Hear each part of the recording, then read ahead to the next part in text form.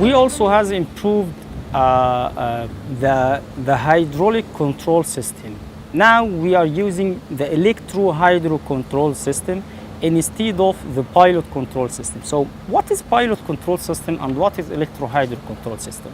The main control valves that direct the engine to the boom and the stake and the work tool and all everything of this. How we control these valves? In the past we used to have a complete system. We call it a pilot system, consists of a pump and the filter and the lines. These lines, this pump sends a pilot signal. This pilot oil signals goes to the cabin directly to the operator, the levers that operator control. Then the operator will redirect this signal to the main valve for the boom, for the stake or whatever. This means too long hoses, too much hoses is using in the machine.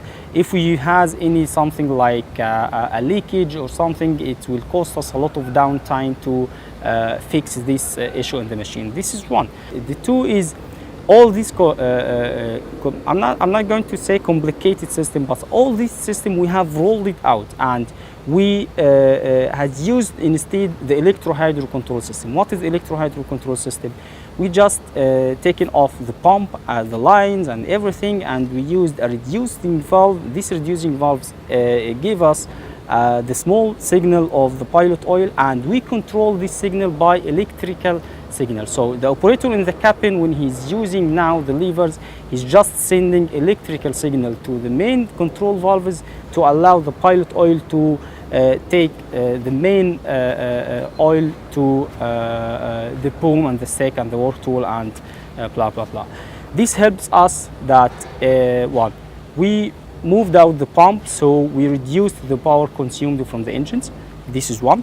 And two is we have take off or ruled out the pilot filter and the pilot filter and the case filter before. This will help us to reduce the maintenance cost that we are going to discuss it in details.